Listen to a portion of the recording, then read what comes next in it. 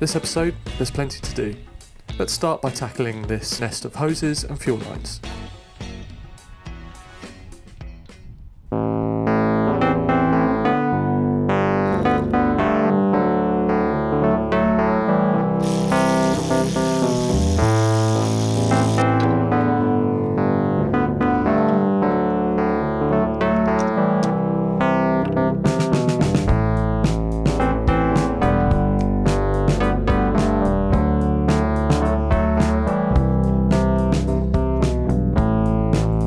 This pipe is part of the cabin heating system, and you can see it here passing through the firewall into the cabin. The only reason it hasn't been removed previously is because it's got some sort of valve stopping it passing through the hole.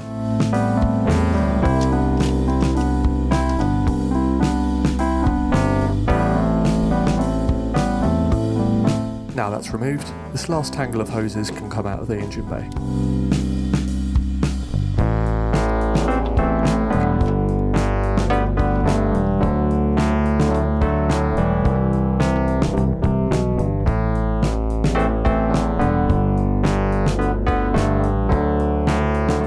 Fuel lines next.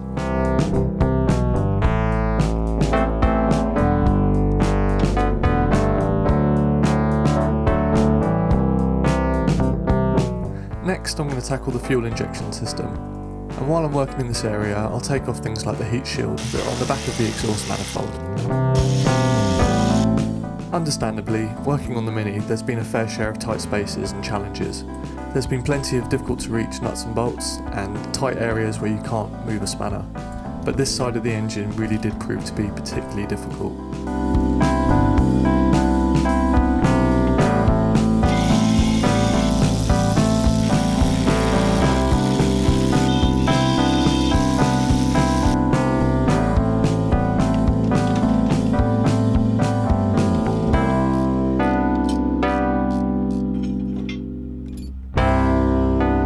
It looks like there's these locating sleeves that go from the inlet manifold to the cylinder head. One of them fell out while moving the inlet manifold, the other one seemed to stay in place.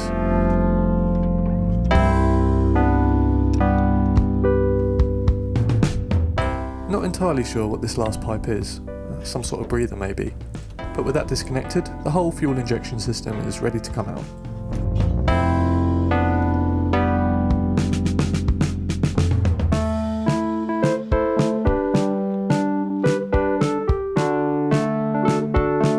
I've just looked this part up online.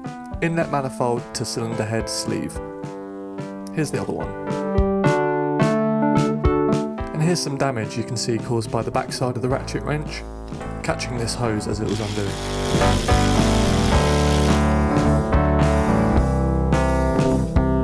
With the engine bay looking more bare than ever, it's time to shift focus to the exhaust system.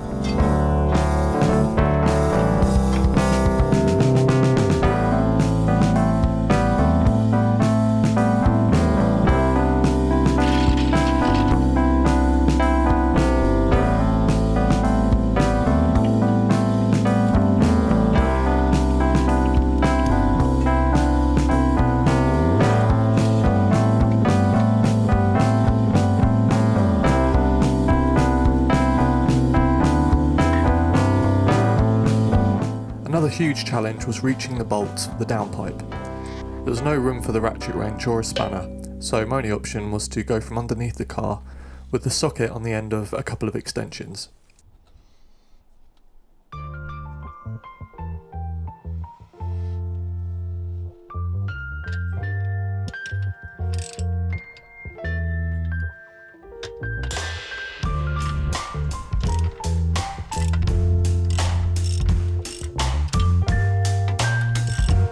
This was not easy. Although I could reach the left and right bolts from underneath the car, there was a final third bolt towards the firewall that I couldn't reach from underneath. So I had no choice but to adopt the smallest ratchet spanner, one click, using a big lever technique passed down to me by the elders.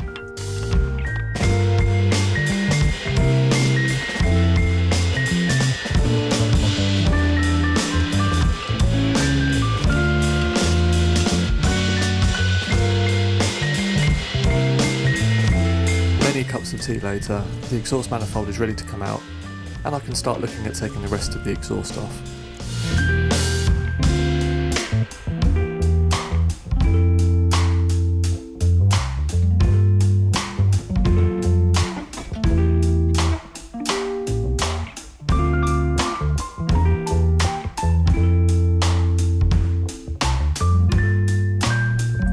I didn't catch this last bracket holding the downpipe in place.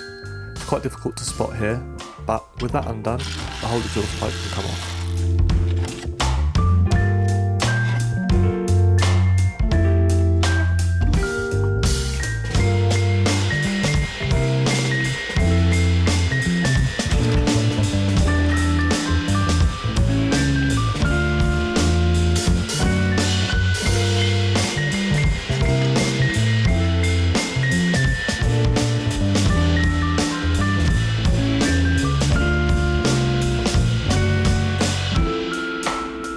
Looking down the back side of the engine, the next job jumps out at you: gear linkage.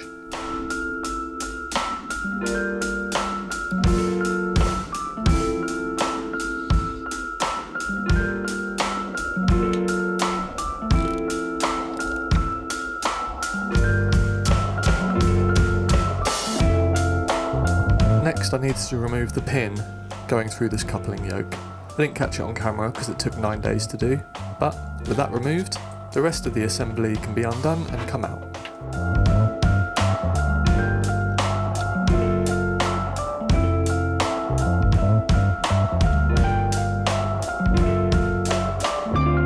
Quickly running out of jobs to do before this engine can come out.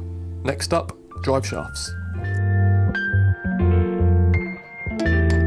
For now, I'm just going to get them started, but when it's time to lift the engine out, these then should come off the rest of the way.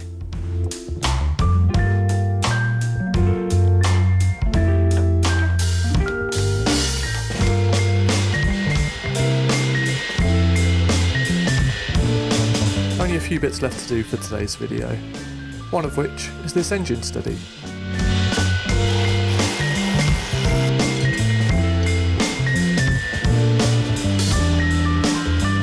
Finally, let's give these engine mounts a go.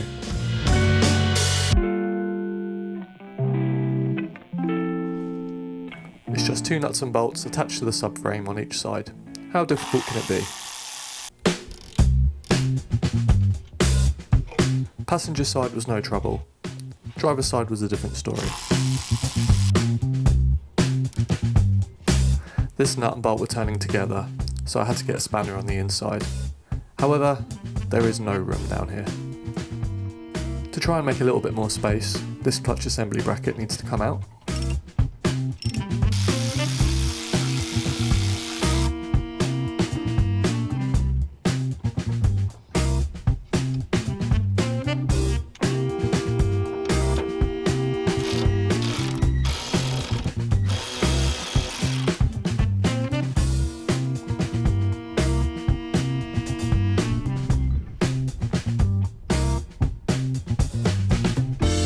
And if you look carefully, you can see down here the bolt in question.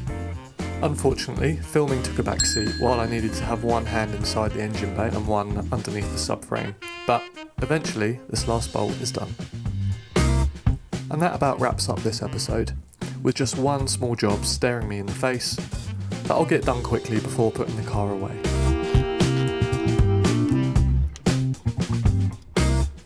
There, much better.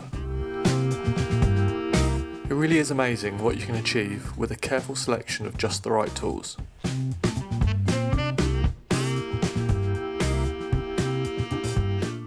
As far as I can tell, that engine is now ready to come out. So for the next episode, I'll need to find an engine hoist and get to work.